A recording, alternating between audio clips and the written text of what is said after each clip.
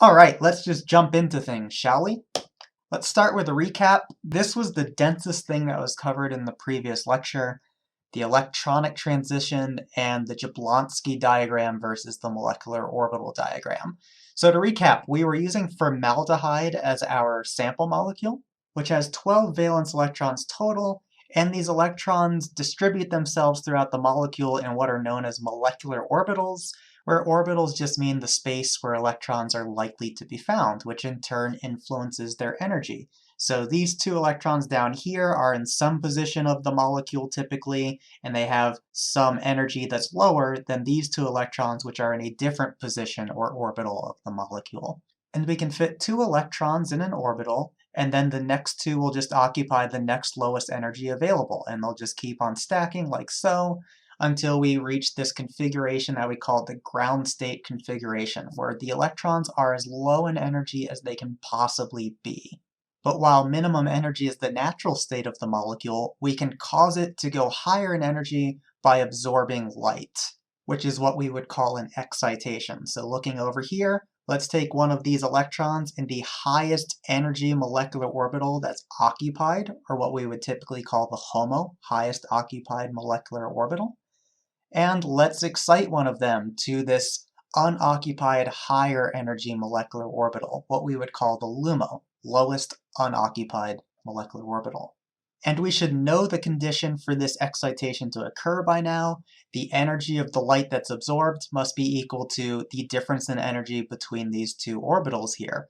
In other words, it needs to be identical to the energy that this electron is gaining. And so this excitation here is the lowest energy excitation possible. So we call this total combination of energies, or this state of all the electrons, the first excited state. First, because there are greater excitations possible than this one. It's the lowest energy excitation. Now, this talk of states brings us to the Jablonski diagram, where instead of representing every individual electron's energy as we do in these MO diagrams, we're just going to represent the entire molecule's energy. And so this line right here represents the total energy of all the electrons in this state combined. And this line represents the total energy of all of these electrons combined. This state is higher than the ground state. And that makes perfect sense because one of the electrons has gained energy compared to where it was in the ground state. In fact, the molecule has gained the same amount of energy as this one electron has, since everything else stayed at the same energy as before. Now, as for how we would label these different states in the Jablonski diagram, we would give this one the symbol E0, E for electronic, since we're talking about the combined energies of all the electrons, and 0 or O for ground states. It's as low in energy as the electrons can possibly be.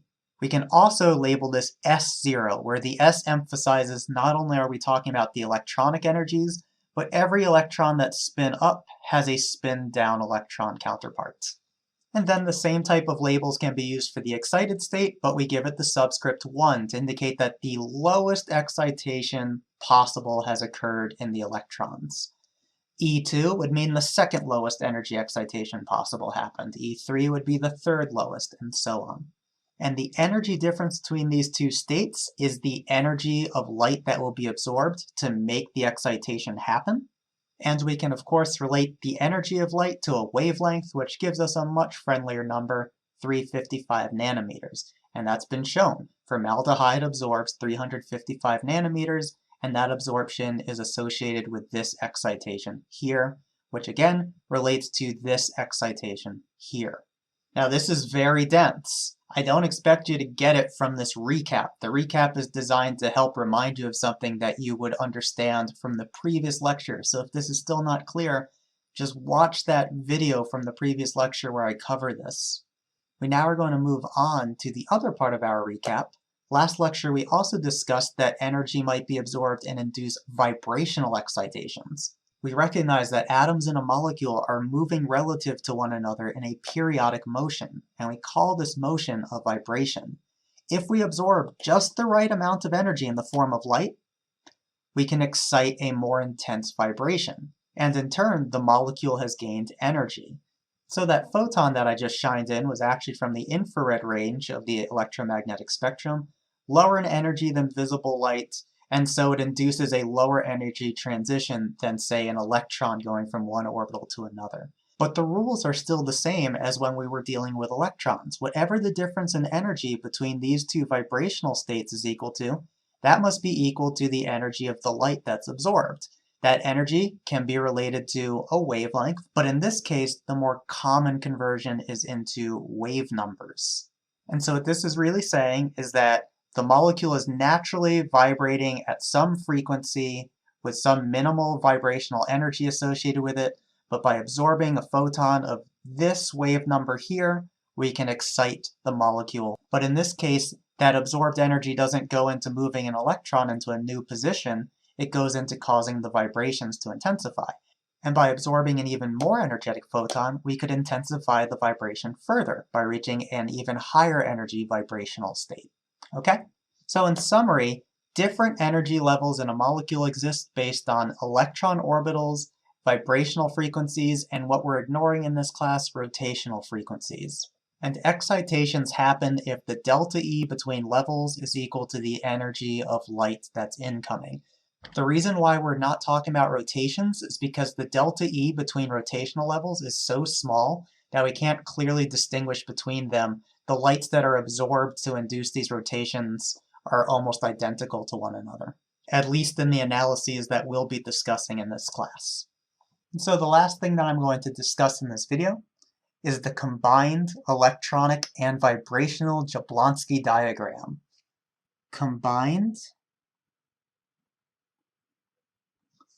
electronic, let's just write elec, and vibrational, VIB, Jablonski diagram.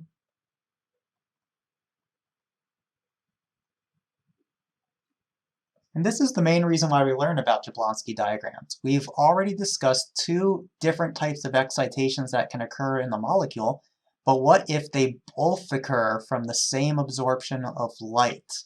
It's a lot simpler to represent things as this overall picture of the total energy of the molecule.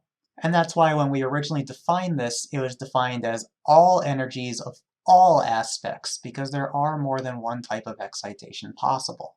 So let's write this. UV-vis light can incite electronic and vibrational transitions. UV-vis light can incite electronic and, let's put that in caps and underline it, electronic and vibrational transition. And when this happens, we call it a vibronic transition. Vibronic. For the record, it can also additionally excite rotations, but again, we're ignoring those. So let's see what I mean by this. First, I'm going to draw a thick line. Notice I'm leaving a little bit of space to the left and definitely some space above. And we'll say that this line represents the ground state energy of the molecule. The electrons are in the lowest energy orbitals. The vibration is as low in energy as it can possibly be. And so on the left side of this line, a little bit above, I'm going to write E0 to indicate the electrons are in ground state. And right next to the line on the other side, I will write V0 to indicate the vibration is ground state as well. And then we'll draw a thin line a little bit above that. And we'll label this line V1 to indicate that if the molecule reaches this energy level, then all that's happened is the vibration has intensified as was discussed on the prior slide. But our electrons are still where they always were, so we'll consider this to still be the E0 electronic state. All we've done is excited a vibration, which is accomplished with the lower energy infrared or IR light photons. And if we absorb a higher energy IR photon, we could reach vibrational state 2. But still, the electrons are where they always were, which is why we're still in this E0 ground state as far as the electrons are concerned. All that's happening is the vibrations are intensifying even further upon absorption of that light. Let's do one more vibrational level. There are more to draw, but let's just limit it at 3. Okay, still an even higher energy infrared photon could cause that transition to occur. Now let's talk about electronic excitations instead. Let's imagine that there's another energy level that's much higher in energy than these vibrational levels we've been drawing. And let's make this a thick line as well to indicate that this means that we have actually reached a higher electronic state. And so I'm going to draw a line shooting straight from the bottom to this new line. But then to the right side of that level, I'm going to put V0. Now, no matter what molecule you're dealing with, IR light will never have enough energy to cause an electronic excitation like this. The electronic states are always just so much further spaced out in energy than the vibrational states. So we need UV or visible light to achieve these types of excitations.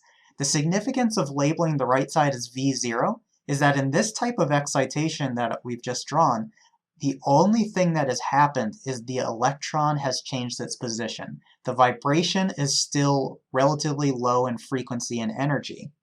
All of that energy that's being absorbed from that light is going into causing the electron to go from one orbital to another, specifically HOMO to LUMO, as was discussed in the previous lecture, since this is the lowest electron excitation possible, E0 to E1.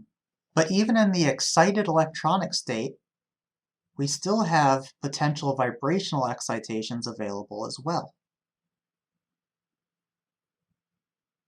which we can label V1, V2, V3. And by absorbing even higher energy ultraviolet or visible photons, we can access these vibrational states in addition to causing the electronic excitation. And we would call these types of transitions Vibronic transitions. So let's make a note. This asterisk represents the excitation from ground state, which is E0, V0, to electronic state 1 and vibrational state 2. And whatever the difference in energy between these two levels is, that must be equal to the energy of light that causes the vibronic transition. Energy of light for vibronic transition. And so back at the Jablonski diagram, I'm going to put another bracket to just indicate that all of these vibrational levels are with respect to that first electronic excited state. Now I know this can be a lot to take in, so let me try to give a visual description of what all of this means. So imagine that at ground state, our electrons are all in the lowest energy positions they can be in, and our vibration of the molecule is as low in energy as it can possibly be. Now that first IR photon excitation that's depicted would indicate, okay, we increased the energy of just the vibration. But if we absorbed the next IR photon, we could have increased the intensity of this vibration more. The next IR photon, that's even higher in energy, well, that causes an even larger energy increase in the vibration. But at all times, the electrons are still where they always were. Now, if we absorb that UV vis photon all the way to the left of the UV vis section, that means the vibration is still going to be the same frequency. We're not intensifying that. All of the energy is going into taking, say, an electron that's occupying this position of a molecule and putting it in a higher energy position of the molecule, right? But the vibration's still where it always was. All of that energy that was absorbed went into moving the electron's position. But the next UV vis photon not only causes the electron to go from one position to another position, but the bond vibration goes from the lowest energy vibration to the next lowest energy vibration, and so on. I'm starting to feel really silly right now. I can't keep doing this sober. 1 second. And lastly, I'll show you this clicker that we'll do in class. That's going to further get into how delta E's between states can relate to the energy that's actually absorbed.